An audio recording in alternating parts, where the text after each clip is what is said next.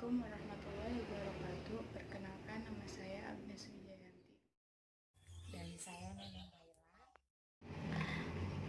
Perkenalkan, nama kelompok kami Agnes Wijayanti dan Neneng Laila. Nah, sekarang kita mengangkat kasus pelecehan seksual pada siswi SMA atau SMK. Permasalahan yang pertama, apa permasalahan yang diangkat? Permasalahan yang diangkat itu pelecehan seksual terhadap siswi SMA yang dilakukan oleh driver ojol atau ojek online. Yang kedua, kapan peristiwa tersebut terjadi? Kejadian pada pukul 15.30 waktu Indonesia Barat, tepatnya tanggal 3 Februari tahun 2020, di mana peristiwa tersebut terjadi yaitu di Gang Haji Muhammad Aqib nomor 15 RT 7 RW 2 Ciracas, Jakarta Timur. Siapa yang terlibat dalam kejadian tersebut? Siswi SMA atau SMK dan driver ojol. Terus lanjut ke mengapa bisa terjadi pelecehan seksual. Saat pelaku diinterogasi oleh polisi, pelaku menjawab hanya menuruti hawa nafsu dengan modus menanyakan alamat. Kemudian bagaimana kejadian itu terjadi? Kejadian tersebut terjadi pada pukul 6.30 waktu Indonesia Barat. Seorang siswi ini berangkat ke sekolah melewati gang, kemudian bertemu dengan oknum ojol tersebut. Terus berhenti ojek online tersebut untuk menanyakan alamat kepada siswi. Sembari bertanya, driver ojol ini sembari bertanya langsung melakukan pelecehan seksual dengan memegang payudaranya korban. Otomatis korban pun sempat melawan dengan memukul pelaku dan menendang sepeda motor yang ditumpangi driver ojek online tersebut.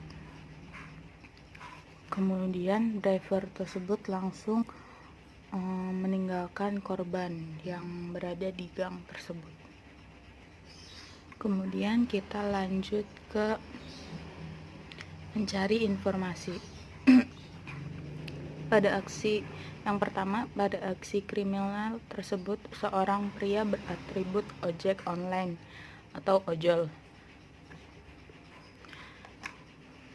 melakukan tindakan pelecehan seksual terhadap seorang siswa SMA atau SMK. Yang kedua, kini begal tersebut sudah diamankan oleh pihak kepolisian. Pelaku bernama Franky Simanjuntak dan memang berprofesi sebagai driver ojol. Kemudian kita lanjut ke grafik jumlah kekerasan di DKI Jakarta berdasarkan jenis kekerasan tahun 2019. Kita dapat sumber ini dari UPT P2TP 2A Provinsi DKI Jakarta. Ada 4 jenis kekerasan yang ditangani oleh P2TP 2A, yaitu KDRT yang berwarna garis yang berwarna coklat, dan kekerasan seksual yang garis berwarna hitam, kekerasan seksual, dan trafficking ini yang berwarna biru, dan kasus lainnya yang berwarna merah. Oke. Ada 4 jenis tersebut. Jumlah KDRT yang ditangani selama 8 bulan dari Januari sampai Agustus ada 335 kasus. Paling banyak terjadi di bulan Februari. Nah, Februari paling banyak nih, 109 ya. Untuk kasus kekerasan seksual total selama 8 bulan ada 169 kasus dengan jumlah hampir rata setiap bulannya.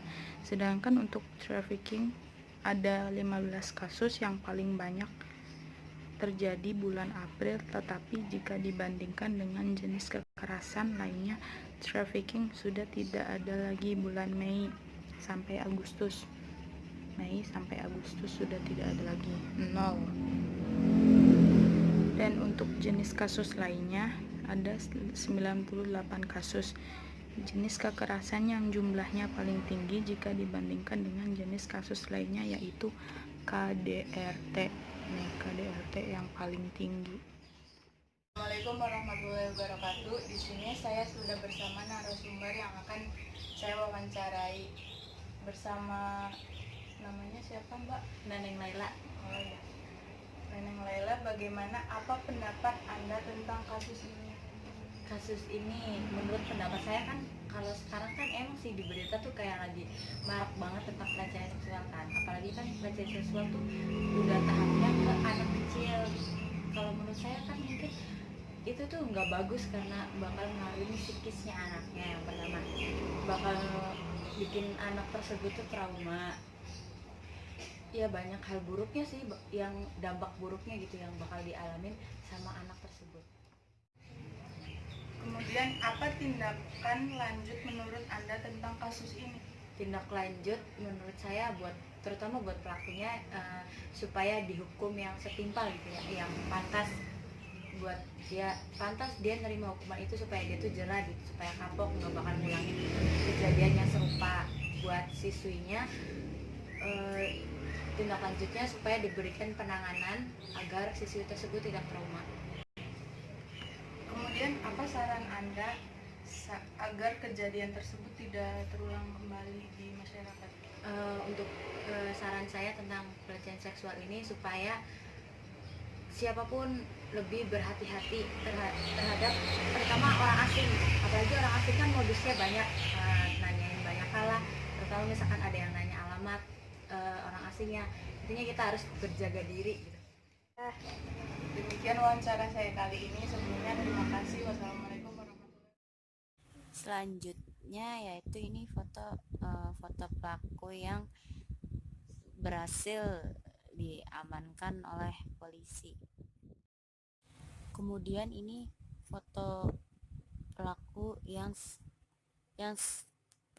ada di melewati gang tersebut dan kemudian melakukan aksinya, yaitu dengan melecehkan seorang siswi SMA. Selanjutnya yaitu kebijakan alternatif, kebijakan untuk mengatasi masalah. Di sini kelompok kami memberikan kebijakan yaitu pihak kepolisian harus lebih mengimbau kepada masyarakat agar berhati-hati kepada orang yang tidak dikenalinya, orang asing, dan polisi lebih sering untuk berpatroli di daerah yang rawan atau sepi agar tindakan tersebut tidak terulang. Untuk masalah ini yang kontranya yaitu masyarakat tidak setuju dengan tindak asusila seperti itu karena itu akan merugikan korban dan secara tidak langsung psikis korban akan terganggu. Reaksi aksi ada menentang dan mendukung. Yang menentang karena tindakan tersebut dapat meresahkan warga dan berdampak buruk untuk korban. Mendukung mungkin dari kelompok-kelompok yang mendukung yaitu perbuatan menyimpang, contohnya lesbian, LGBT. Usulan dari kelompok kami yaitu jangan mudah percaya kepada orang yang tidak dikenali. Terlebih bagi kita, kalau ada orang asing kita harus bisa berjaga jarak. Sekian presentasi dari kelompok kami. Kurang lebihnya mohon maaf. Assalamualaikum warahmatullahi wabarakatuh. Sekian video yang kami